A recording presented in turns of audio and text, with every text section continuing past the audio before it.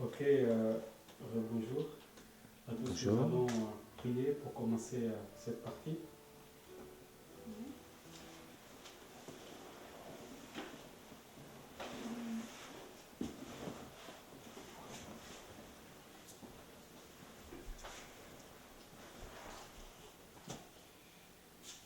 Seigneur notre Dieu, notre bon Père,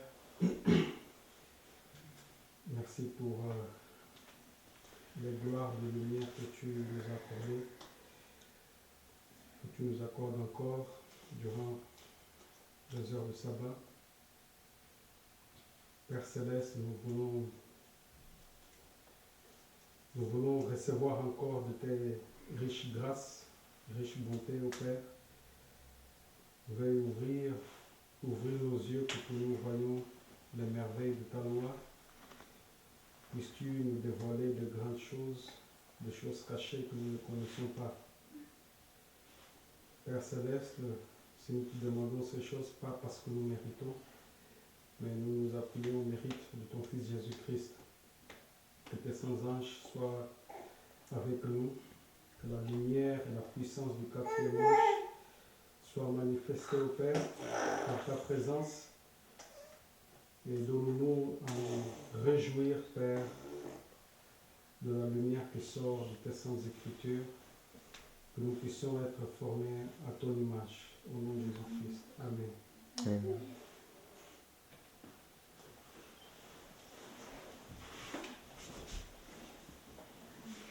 Ce matin, nous avons parlé de l'image de Dieu.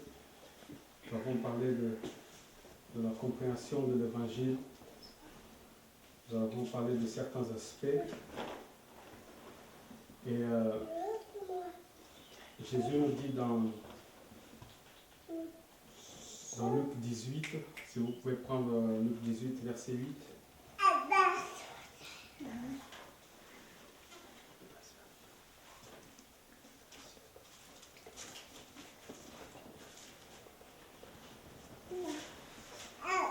Dans Luc 18, verset 8, Jésus il nous dit: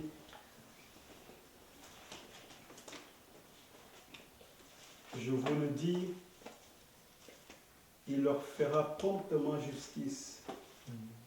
Mais quand le Fils de l'homme viendra, trouvera-t-il la foi sur la terre? Ça veut dire que lorsqu'il va venir, beaucoup perdront leur foi. De quelle façon? Ils étaient à l'église, maintenant ils vont commencer à boire. C'est ça? Ils vont perdre leur foi, ils vont commencer à boire de l'alcool, ils vont aller dans le monde, ils vont quitter la foi, ils ne veulent plus savoir ni de la parole de Dieu, ni de l'inspiration, l'esprit de prophétie. Il y en a qui vont faire de tels changements radicaux, de la lumière à la ténèbre. Ils vont s'enfoncer dans le monde, mais si nous pouvons regarder un peu en ce qui concerne le contexte au sein de l'Église, perdre la foi n'est pas forcément aller dans le monde et jouir des amusements du monde. Perdre la foi, c'est simplement ne pas croire ce que l'inspiration divine nous dit. Perdre la foi, c'est perdre la capacité, autrefois acquise de Dieu, de discerner la vraie lumière, connaître l'évangile selon Christ. Autrement dit, quand Jésus dit ça, est-ce qu'il va trouver la foi sur la terre? Ça applique aux vierges folles qui vient aux portes de l'éternité et dire: mais nous avons prêché, nous avons guéri, en ton nom nous avons parlé. Et Christ va dire: je vous connais pas, vous qui pratiquez l'iniquité. Christ, autrement dit, il est en train de dire: je ne vous connais pas parce que vous avez perdu votre foi. Et pourtant, il professait être digne de la grâce et les mérites du ciel. Donc, et nous allons regarder dans cet angle ensemble Ésaïe 28. Parce que la foi vient de la parole vient de ce qu'on entend. Comme la parabole du sommeur, tout dépend de la façon dont on lit les choses et on comprend les choses. Ésaïe 28, 9 à 11, c'est la règle par excellence. Que lorsque nous nous maintenons dans cette règle, on ne peut pas perdre la foi. On ne peut pas dévier du vrai évangile. La Bible nous dit à qui veut-on enseigner la sagesse? Qui est la sagesse? Qui est notre sagesse? Christ. À qui veut-on enseigner la sagesse? À qui veut-on donner des leçons? Est-ce à des enfants qui viennent à d'être, c'est vrai, qui viennent de quitter la mamelle? Car c'est précepte sur précepte, précepte sur précepte, règle sur règle, règle sur règle, un peu ici, un peu là. Eh bien, c'est par des hommes aux lèvres balbutiantes et au langage barbare que l'Éternel parlera à ce peuple. Pourquoi je veux partager avec vous la foi et les règles dont on comprend et on assimile cette foi? Parce qu'aujourd'hui, nous nous trouvons dans un moment de l'histoire où il y a beaucoup de professions. Et même dans le milieu de la vérité présente, beaucoup de professions, mais peu de foi implicite dans la parole de Dieu. D'autres formes de doctrine, mais qui n'est pas fondée à la parole de Dieu. Donc, ce que nous allons partager ensemble va nous donner la grâce, je pense, j'espère, je prie, de nous équiper davantage. Vous allez reconnaître certaines choses que vous savez déjà, mais ça va nous conforter, ça va nous équiper davantage des éléments peut-être que nous n'avons pas encore acquis, pour que lorsque nous lisons la parole, nous savons comment le lire. Quelles sont les règles, quels sont les préceptes. Aujourd'hui, nous allons particulièrement parler des règles. Règle sur règle, précepte sur précepte. Précepte n'est pas une règle. La règle n'est pas une précepte. Il y a certaines choses que nous verrons dans d'autres parties, mais aujourd'hui, je veux me concentrer et partager la notion des règles. Que King James, il dit que ce sont des lignes. En fait, on lit, c'est ligne sur ligne, précepte sur précepte. Donc, les règles sont les lignes. Donc, c'est quoi une ligne? Parce que c'est le moyen par lequel nous devons sonder les Écritures. Vous êtes d'accord? Psaume 19, versets 1 à 4. Donc, nous allons faire, en réalité, nous allons appliquer ce que Ésaïe nous a déjà dit comment nous devons faire. Un peu ici, un peu là. Et nous allons un peu ici, un peu là, pour voir qu'est-ce que c'est une règle, ou qu'est-ce que c'est la ligne. On parle beaucoup sur ligne. On les dessine sur le tableau. On commente, mais est-ce qu'on comprend? Est-ce qu'on a déjà fait une étude sur ce qu'une ligne veut dire? Donc, Psaume 19, verset 1 à 4 nous dit, au chef des chantres, Psaume de David, les cieux racontent quoi? Gloire. La gloire de Dieu. Et l'étendue manifeste l'œuvre de ses mains. Le jour instruit un autre jour. La nuit en donne connaissance à une autre nuit. Ce n'est pas un langage, ce ne sont pas des paroles dont le son ou la voix ne soit pas entendu.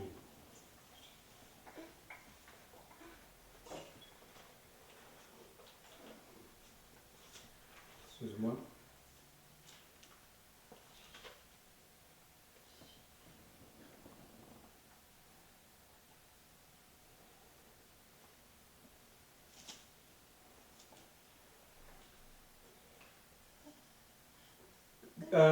qu'est-ce qu'on lit dans le verset 4? Le verset 4 nous dit, ce n'est pas un langage, ce ne sont pas des paroles dont le son ne soit pas entendu, mais j'aimerais vous lire le verset 4 en anglais, à partir du verset 3 plutôt. Il n'y a pas de discours ou de langage où leur voix ne puisse s'entendre. Leur ligne parcourt toute la terre et leurs paroles les extrémités du monde. D'accord? Ici, on parle de la gloire de Dieu, la nuit, le jour, la nature. Amen. Et le verset est en train de dire que leur ligne parcourt toute la terre. Mais notez qu'avec la nature, le jour et la nuit est en connexion, que le ciel raconte la gloire de Dieu. Donc, lorsqu'on parle d'une ligne reflétée par la nature, on parle de la gloire de Dieu. Est-ce que vous suivez? Yes. Leur ligne parcourt par toute la terre. Une ligne représente la gloire de Dieu manifestée, que ce soit par la nature ou la parole de Dieu, ligne sur ligne. Nous continuons dans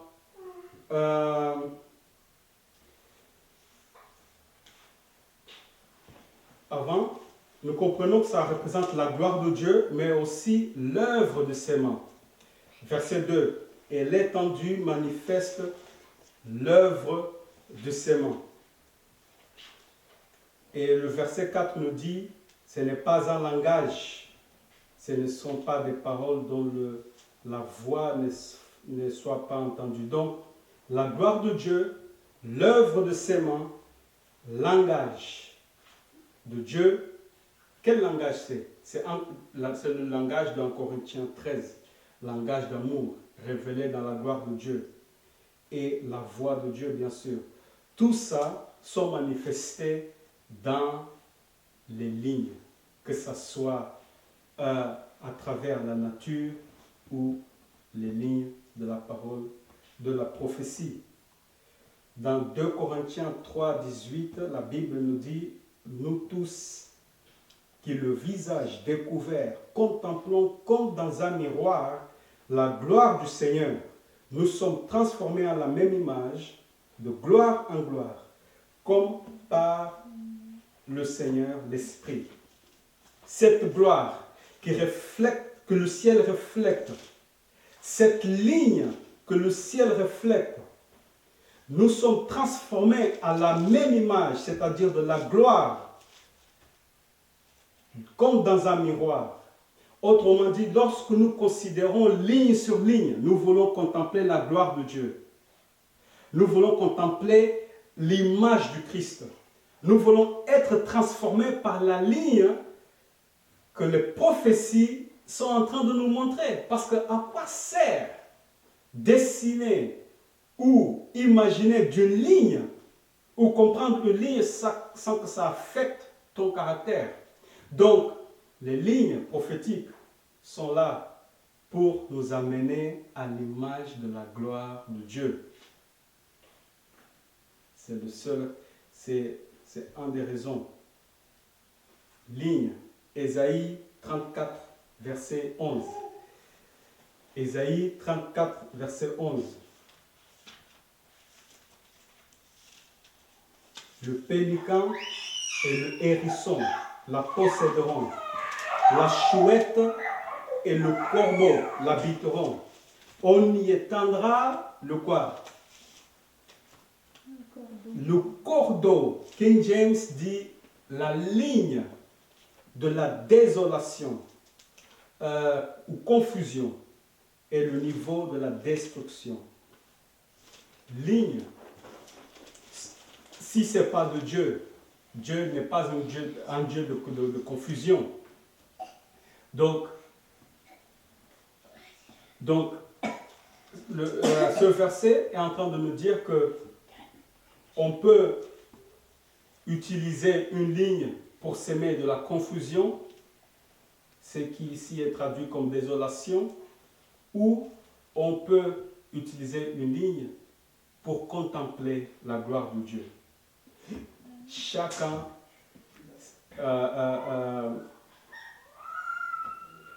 fait son choix, comment il veut s'approcher de la parole de Dieu. Et si on n'est pas dans les règles de l'interprétation biblique, on va former des doctrines de confusion. Mais on lit encore dans Ésaïe 44, verset 13. Donc, la gloire de Dieu, l'image de Dieu, la voix de Dieu se voit dans les lignes prophétiques. Ésaïe 44, verset 13 nous dit, le charpentier étant le quoi? Cordeau, vous êtes là? Fait un tracé au crayon, façonne le bois avec un couteau, le marque ses dimensions avec le compas. Et il produit une figure d'homme, une belle forme humaine, pour qu'elle habite dans une maison. Le cordeau, c'est aussi une ligne. La King James, si on traduit littéralement, on traduira règle. Mais c'est une ligne, c'est un règle. Mais notez dans quelle main se trouve cette règle. C'est dans la main de qui? Qui est le cordeau?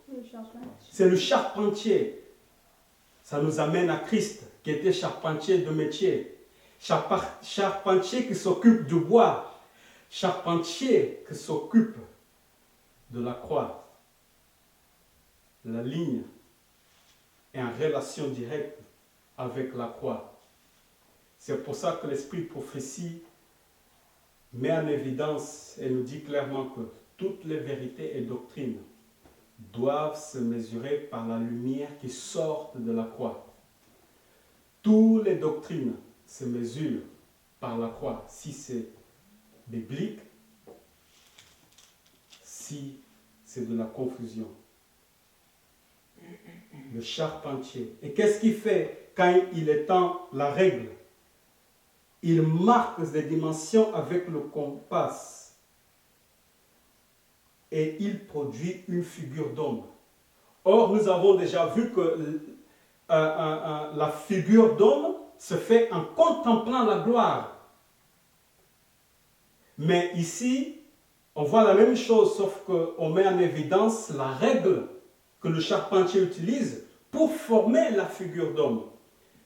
Ça confirme encore que la règle, la ligne, est en relation avec la gloire de Dieu qu'on contemple. Une belle forme humaine pour qu'elle habite dans une maison. Transformée à la même image, la Bible dit dans 2 Corinthiens, nous avons lu 3, de gloire en gloire. Parce que lorsqu'il dit transformé à la même image, c'est à l'image de qui? De Christ. Une figure d'homme. Quel est cet homme sinon Christ? Christ en nous, l'espérance de la gloire. Mais cela se fait par le cordeau. Cela se fait par la règle. Cela dépend comment on parcourt la Bible un peu ici et un peu là. Règle sur règle. Précepte sur précepte. Jérémie 31. Qu'est-ce qu'on fait encore avec une ligne? À part de contempler la gloire de Dieu, afin que nous puissions être transformés à l'image du Christ. Qu'est-ce que cette règle fait encore? Jérémie 31, verset 38-39 nous dit, « Voici les jours viennent, dit l'Éternel, où la ville sera quoi? » Jérémie 31, 38. où la ville sera rebâtie à l'honneur de l'Éternel. À l'honneur de l'Éternel, depuis la tour d'Ananéel jusqu'à la porte de l'angle. Le quoi? Le cordeau s'étendra encore vis-à-vis jusqu'à la colline de Gareb et fera un circuit du côté de Goat. En parlant de la ville qui sera rebâtie, ici, le cordeau devient important. Lorsque nous lisons le cordeau, la King James, en réalité, il dit la ligne de mesure. Ce n'est pas la même chose. Hein? King James dit la ligne de mesure s'étendra. Donc, ligne en connexion avec la reconstruction de la ville ou de la maison de Dieu spirituellement, on peut dire. Et une ligne, c'est un instrument de mesure.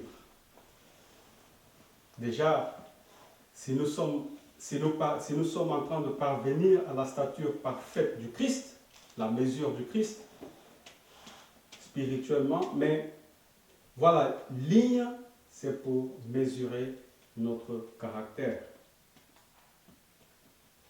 Zacharie 1, verset 16 nous montre la même chose.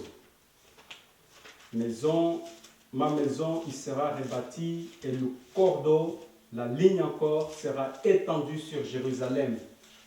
Aujourd'hui, Dieu est en train de reconstruire une ville ou une maison spirituelle par la vérité présente, par la lumière de nos jours.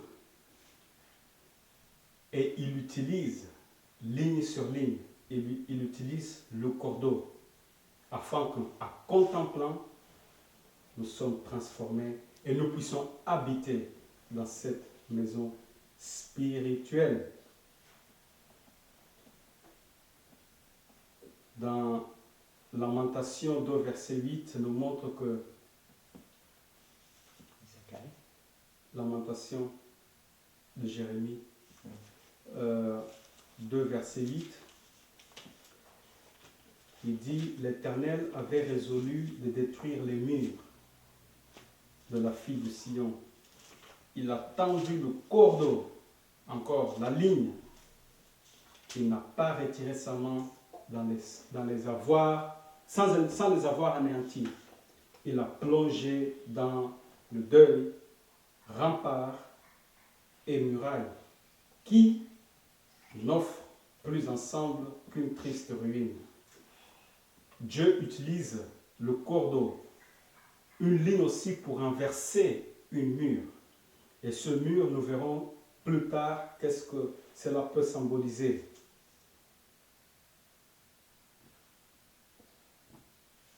C'est le mur de séparation que nous verrons plus tard. Mais nous allons dans Ézéchiel 47, verset 3. Ça nous confirme que c'est encore un texte pour nous faire comprendre que une ligne sert à mesurer. Une règle, parce que nous devons mesurer ou examiner notre façon d'approcher les Écritures. Et nous devons suivre les règles des millérites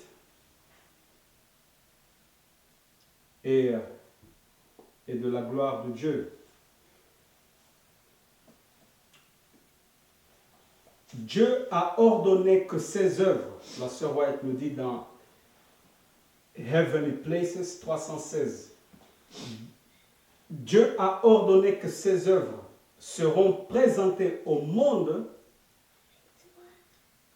dans les lignes sacrées et distinctes.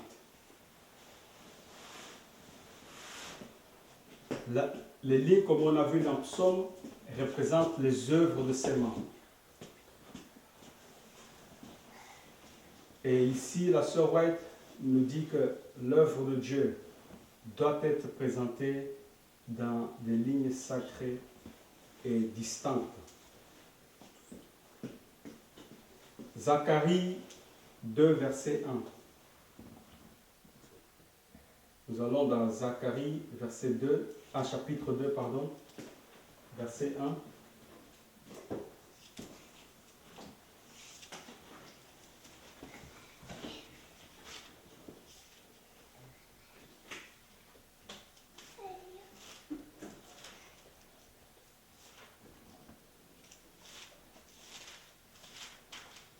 Ligne nous fait comprendre la gloire, l'image, la mesure de la stature parfaite de l'homme qui est Christ.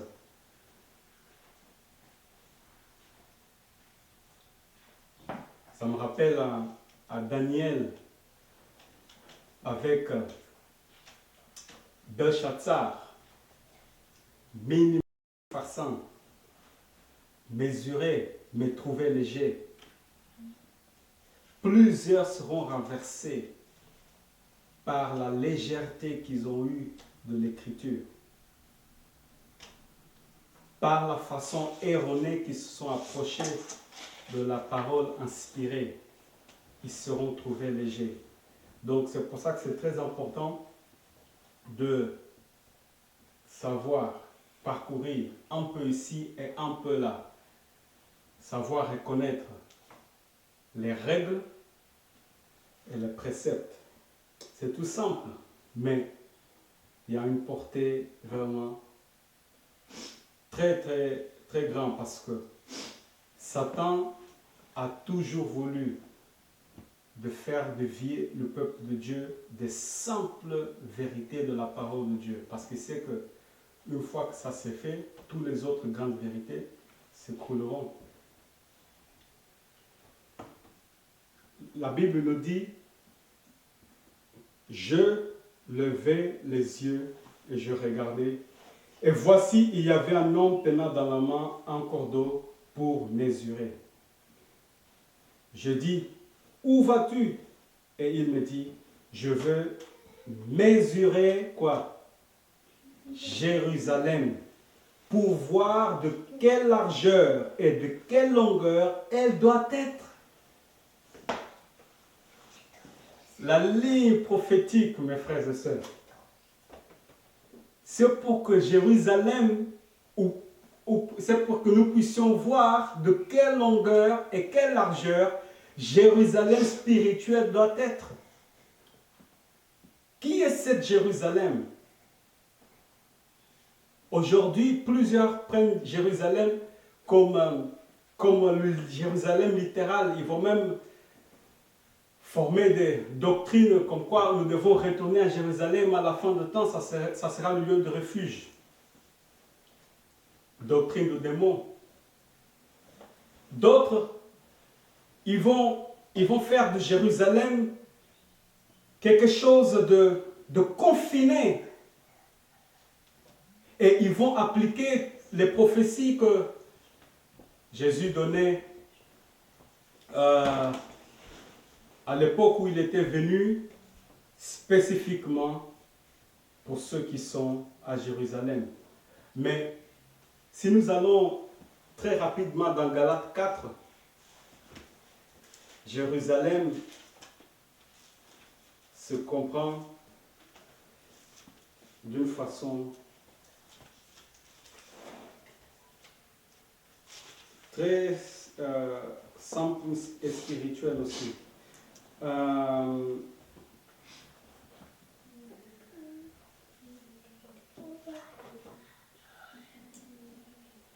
Ces choses, 4 verset 24, Galates 4 verset 24, ces choses sont allégoriques. Ok, prenons à partir le verset 22. Car il est écrit qu'Abraham eut 2 fils, l'un de la femme esclave et un de la femme libre. Mais celui de l'esclave naquit selon la chair, et celui de la femme libre naquit en vertu de la promesse. Ces choses sont sont allégoriques, car ces femmes sont deux alliances. Une du mont Sinaï, enfantant pour la servitude, c'est Agar. Car Agar, c'est le mont Sinaï en Arabie. Et elle correspond à quoi? À Jérusalem actuelle, autrement dit Jérusalem physique, littérale, qui est dans la servitude avec ses enfants. Mais la Jérusalem dans quoi? D'en haut est libre. Pour mesurer la Jérusalem qui représente l'Église de Dieu, mais il est d'en haut. Lorsqu'on lit aujourd'hui des choses concernant Jérusalem, ça concerne la Jérusalem spirituelle dont nous sommes tous enfants, la Bible dit. Amen. Donc, cette ligne, c'est pour rebâtir Jérusalem. Pour voir, la Bible dit dans Zacharie 2:2, pour voir quelle est la largeur et de quelle longueur elle doit être. Pas pourrait être, il dit doit être. Alors, nous voulons connaître les mesures en détail de ce cordeau. Nous voulons connaître davantage la largeur et la longueur. Quelle est cette largeur? Alors, mais n'oubliez pas que lorsque... parce que chaque chose s'ajoute. Maintenant, on est dans la contemplation sur la mesure de Jérusalem, la largeur, la longueur, mais comprenez que ça s'ajoute à la gloire de Dieu, à l'image, au charpentier qui s'occupe du bois, à la croix. Tout ça se voit dans les lignes prophétiques, on doit voir ça. Ça s'ajoute à la stature parfaite du Christ. De quelle façon ou de quelle mesure le peuple de Dieu doit être spirituellement en caractère? C'est le miroir que nous contemplons de gloire en gloire. Vous suivez? Donc, on lit dans Éphésiens 3. Jérusalem, il y a en largeur et en longueur qu'il doit avoir. Quelle taille est cette largeur et longueur? Éphésiens 3, verset 1. Nous allons lire un beau morceau d'Éphésiens. Verset 1. À cause de cela, moi, Paul, le prisonnier du Christ, pour vous, chrétiens,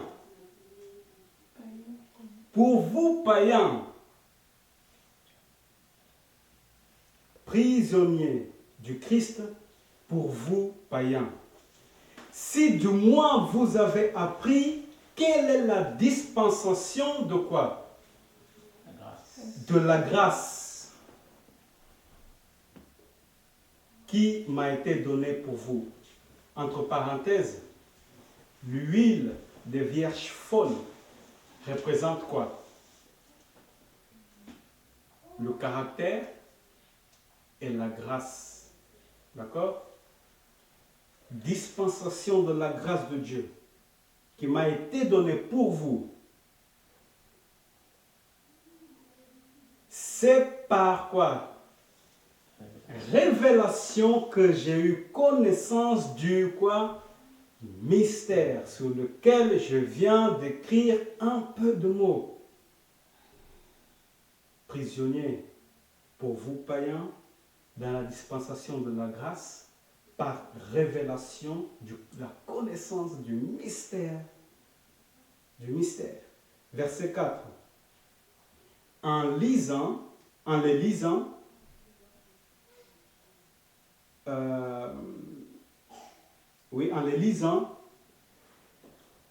vous pouvez vous représenter l'intelligence que j'ai du mystère du Christ.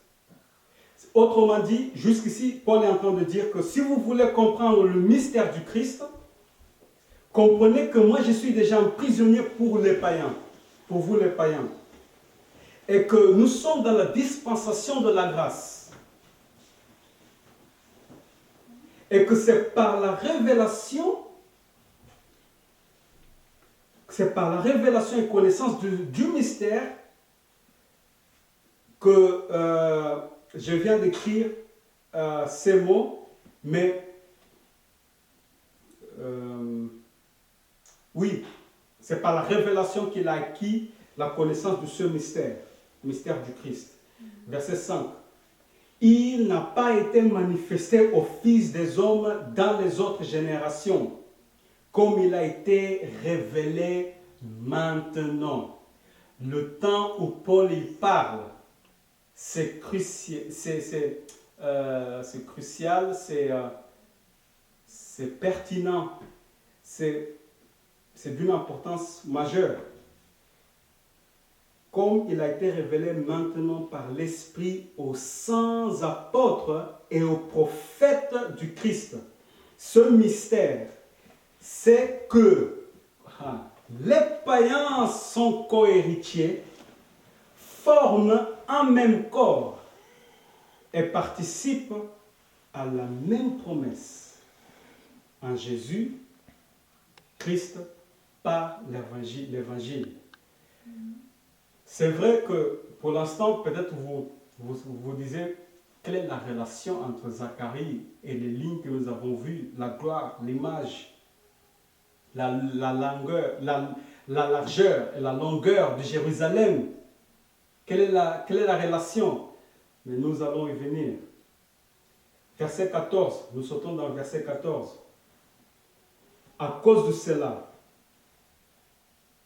à cause de la dispensation, à cause de la grâce, du mystère révélé, de l'évangile révélé par Christ, pour vous les païens, à cause de cela, je fléchis les genoux devant le Père, duquel tire son nom toute famille, pas quelques familles, mais toute famille dans les cieux et sur la terre. Verset 16. Afin qu'il vous donne, selon la richesse de sa gloire, d'être puissamment fortifié par son esprit dans l'homme intérieur, en sorte que Christ habite dans vos cœurs par la foi, afin qu'étant enraciné et fondé ou dans l'amour, vous puissiez comprendre avec tous les saints quelle est la quoi? La largeur, la longueur, la profondeur et la hauteur. Est-ce que vous suivez, frères et sœurs? Le cordeau, la ligne qui mesure Jérusalem, sa largeur et sa longueur, c'est la ligne qui mesure et qui nous donne à comprendre l'amour de Dieu. La grandeur. Donc, quand vous analysez les lignes prophétiques, soyez conscient que vous êtes devant la contemplation du grand amour que Dieu a pour l'humanité. La largeur, vous êtes en train de contempler comme dans un miroir. Et tout ça, à cause de cela, il dit, et tout ça, c'est par révélation. C'est par la révélation du mystère. Le mystère, dont sa définition se trouve plus détaillée dans le verset 6. Ce mystère, c'est que les païens sont co-héritiers. Les païens sont co-héritiers, c'est ça le mystère. Forment un même corps.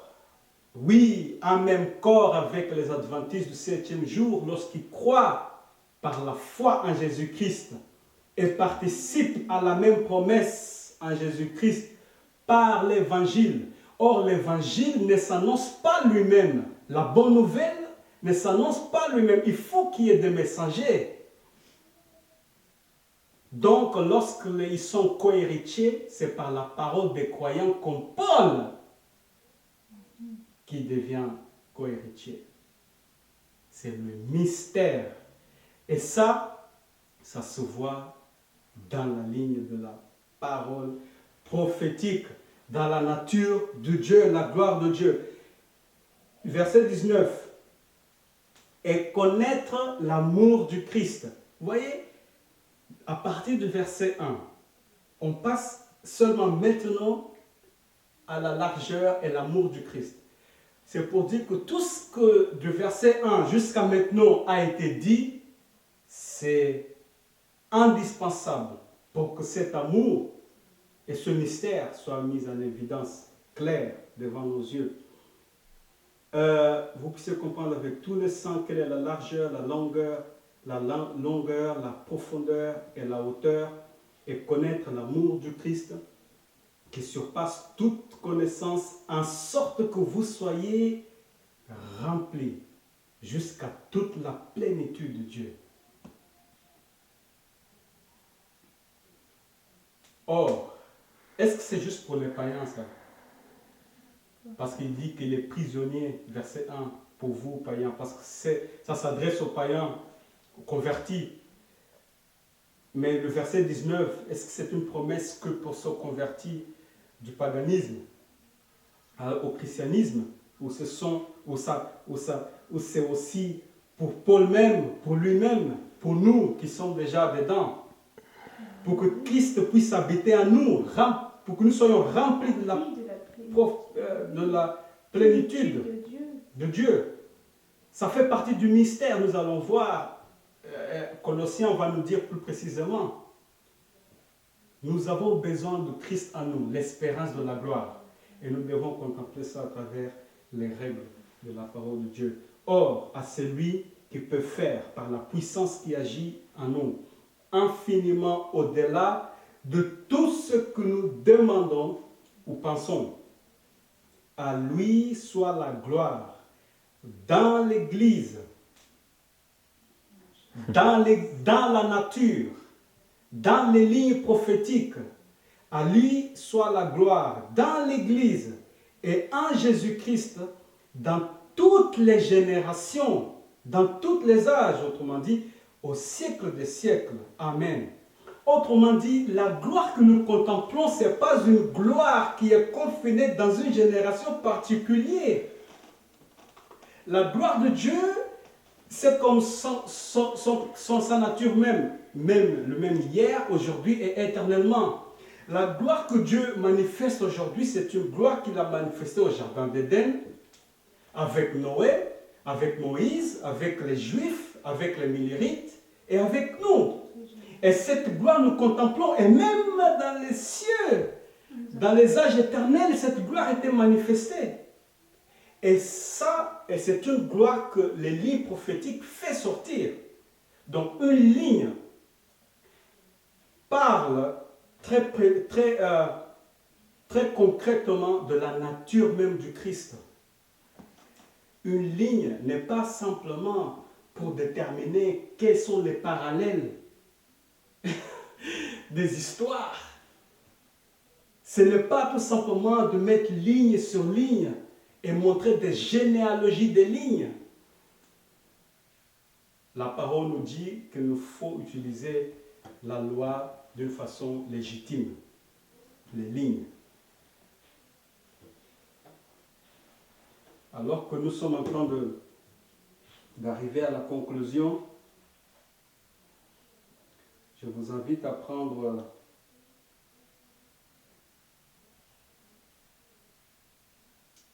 Apocalypse 10, verset 7.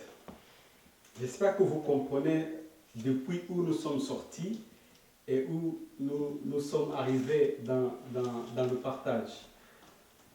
Règle sur règle, ligne sur ligne, la gloire de Dieu, l'image, la stature, la mesure de Jérusalem, d'une figure d'homme,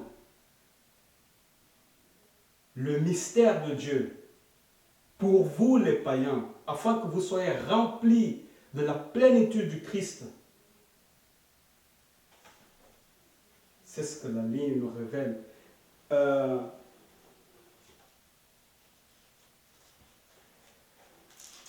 on lit dans 1 Colossiens, de Colossiens 1, versets 26 et 27. On n'était pas dans...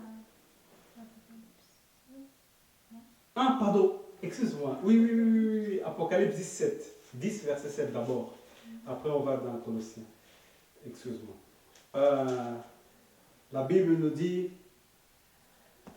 mais au jour de la voix du septième ange, quand il sonnerait de la trompette, le mystère de Dieu s'accomplirait comme il a annoncé à ses serviteurs, les prophètes. Dans les autres générations, apôtre Paul avait dit ce mystère n'a pas été connu. Mais aujourd'hui, par les prophètes et les apôtres, a été révélé. Notez, donc on parle du mystère. On continue dans le verset 20. Pardon, si on peut particulier avec Colossiens. Je me devance quand même. Apocalypse 10, verset 7. Mais qu'au jour du septième ange, quand il sonnerait la trompette, le mystère de Dieu s'accomplirait comme il a annoncé à ses serviteurs, les prophètes. Nous allons dans Colossiens 2, 26. Colossiens 2, 26. Paul. Il n'y a pas 26 dans Colossiens 2. Colossiens 1, 26, 27. Pardon-moi. Colossiens 1, 26 et 27. Colossiens 1, 26 et 27. Mystère qui était caché. Ok, à partir du verset 25. C'est d'elle que j'ai été fait ministre, selon la charge que Dieu m'a donnée auprès de vous, afin que j'annonçasse pleinement la parole de Dieu, le mystère caché de tout temps et dans tous les âges, mais révélé maintenant par incessant, à qui Dieu a voulu faire connaître quelle est la glorieuse richesse de ce mystère parmi les chrétiens, parmi les païens, à savoir Christ en vous, l'espérance de la gloire. Mettez bien dans un contexte tel que la Bible le montre très clairement. Nous avons pris les citations comme ce verset, Christ en nous l'espérance de la gloire, et l'autre dans Éphésiens, la plénitude du Christ en nous. Comprenez que ces textes ont été faits parmi les païens. Mais nous, qui sommes de l'intérieur, nous approprions ce texte. Amen. Vous ne suivez pas. Le mystère caché de tous les âges, c'est parmi les païens. Mais nous comprenons que ça applique à la maison de Dieu, si je peux dire, aux Juifs. D'accord?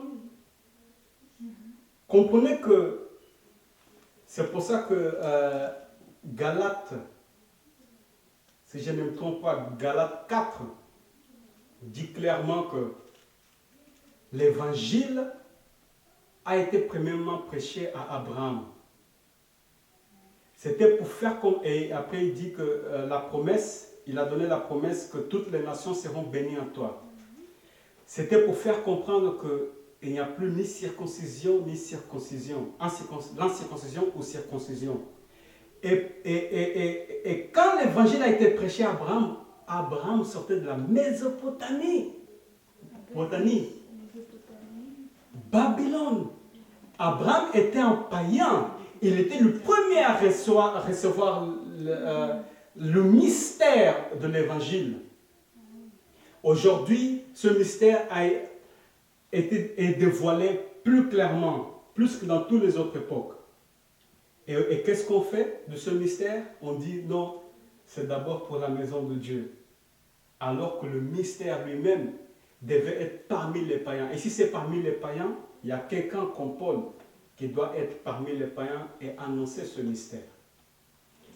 jamais personne aura Christ en lui sans annoncer le mystère parmi les païens. Le mystère Christ en nous, c'est nous parmi les païens, c'est-à-dire c'est Christ en nous rayonnant de cette gloire que les païens vont s'unir à la bergerie du Christ. Christ en nous, l'espérance de la gloire, c'est pour que nous soyons une lumière qui rayonne. Amen.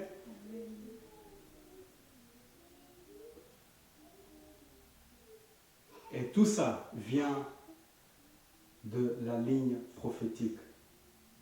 Mais plusieurs utilisent les lignes pour semer de la confusion, pour confiner la gloire de Dieu, pour exclure les païens, pour faire en sorte que ce mystère se voit ou se révèle d'abord parmi nous, alors que c'est parmi les païens. Si vous avez le mystère de Dieu en vous, vous êtes parmi les païens, comme Paul. Prisonnier même pour les païens. Le scandale de la croix n'a pas cessé. Le scandale de la croix n'a pas cessé, mes frères. Et puis, Romains 8, 39. Romains 8, 39. Romains 8, 39 nous dit,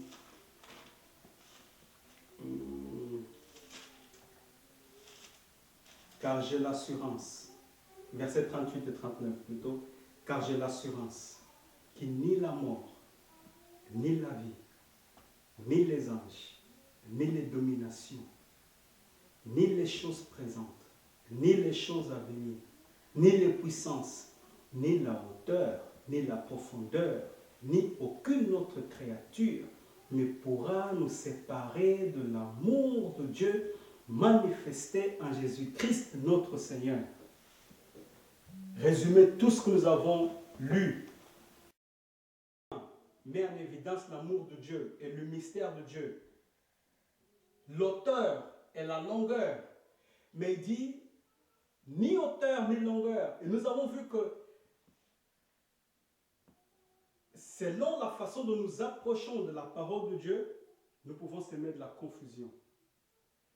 Il y a, comme la Bible dit, un autre évangile.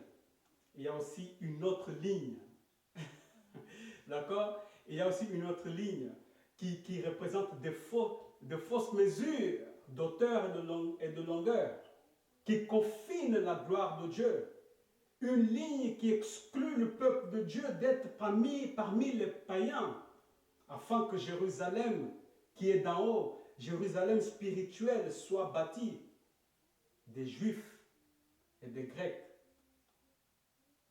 Mais rien de ces lignes de confusion, rien de ces autres évangiles nous séparera de l'amour de Dieu qui est si grand que Paul même a été fait prisonnier. Amen.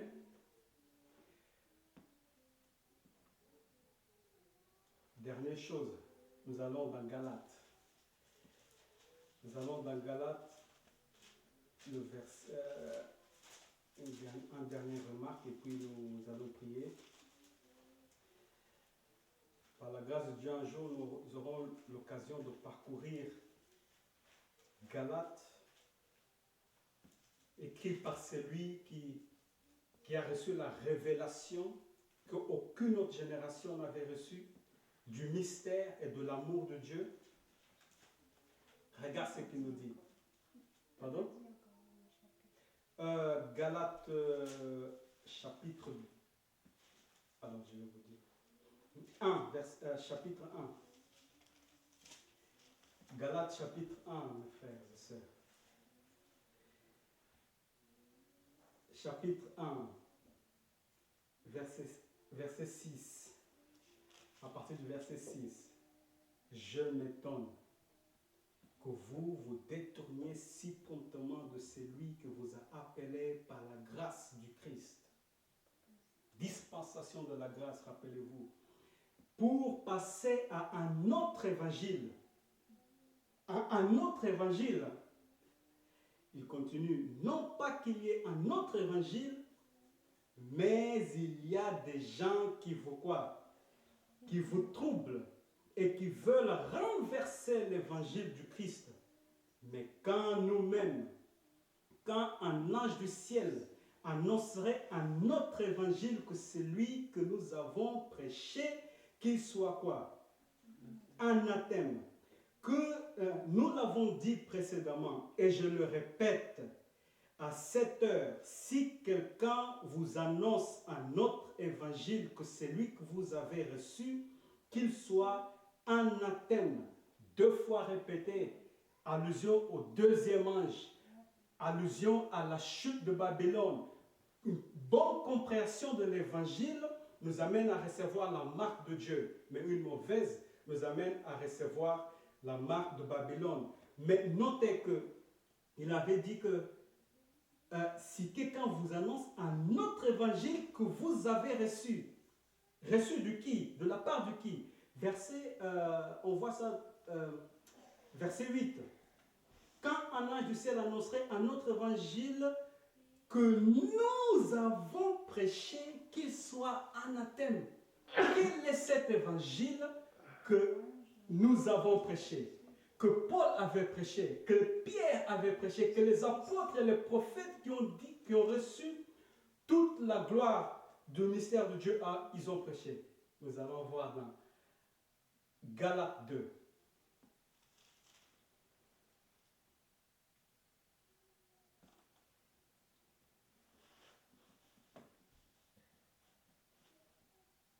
Galates 2. Qui sommes-nous? Et quel est cet évangile? Verset 7. Au contraire, voyant que quoi?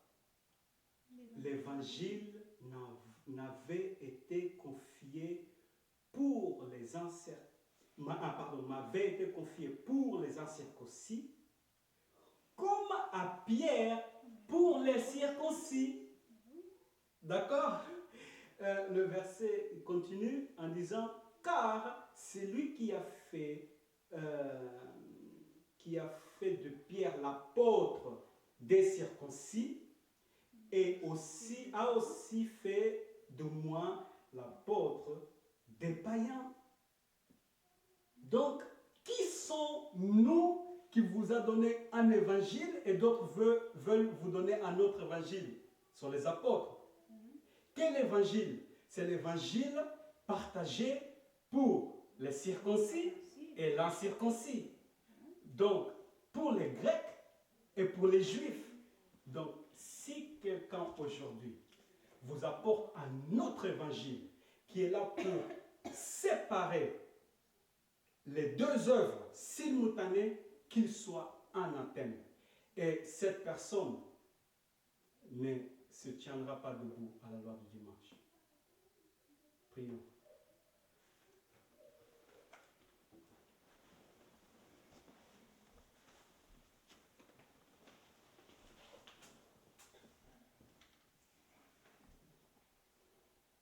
Père Céleste,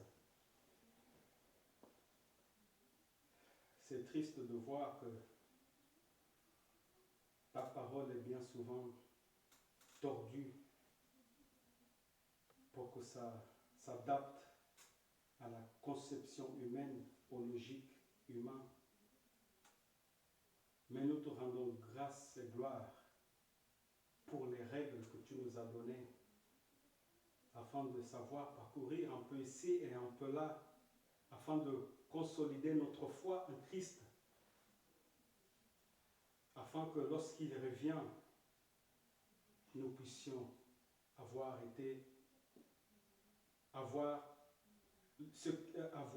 Christ en nous, l'espérance de la gloire, afin que l'homme spirituel en nous soit reconstruit et Jérusalem spirituelle soit rebâtie au Père. Tu nous as donné toutes ces règles. Et malgré la confusion que l'ennemi sème, malgré l'autre ou les autres évangiles, Seigneur, tu nous montres que la gloire de Dieu est révélée en cet âge, plus que toutes les autres générations, afin que nous puissions prêcher pleinement la parole, pleinement le caractère du Christ, pleinement l'amour de Dieu, que toutes les tailles de l'amour en longueur et en hauteur soient vues par la prédication de l'Évangile. Père, la croix n'a pas perdu son scandale. Aujourd'hui, il nous faut être debout pour être des prisonniers, parce que tu appelles ton peuple à aller parmi les païens. Parce que le mystère que tu as mis dans notre cœur et dans notre caractère doit se révéler parmi les païens. Paul a été fidèle, comme tous les autres apôtres. Donne-nous à être aussi des serviteurs fidèles. Donne-nous à nous éloigner de l'anathème, de la condamnation, de la perdition. Merci pour toutes ces grâces, la révélation de ta parole sainte. Ô Dieu, nous voulons connaître davantage cet amour qui ne se sent pas seulement avec une relation intime avec toi, mais cet amour qui va vers les autres, qui aime son prochain. L'apôtre Paul a dit que je voudrais que moi-même je serais anathème à cause de mon peuple. Je pense que cette parole est vérité présente pour nous parce que plusieurs d'entre nous agissent comme les pharisiens et les juifs à l'époque où Paul prêchait. Ô Père, je te prie que tu puisses faire luire de ta lumière au milieu des ténèbres du cœur de ces plusieurs qui suivent à notre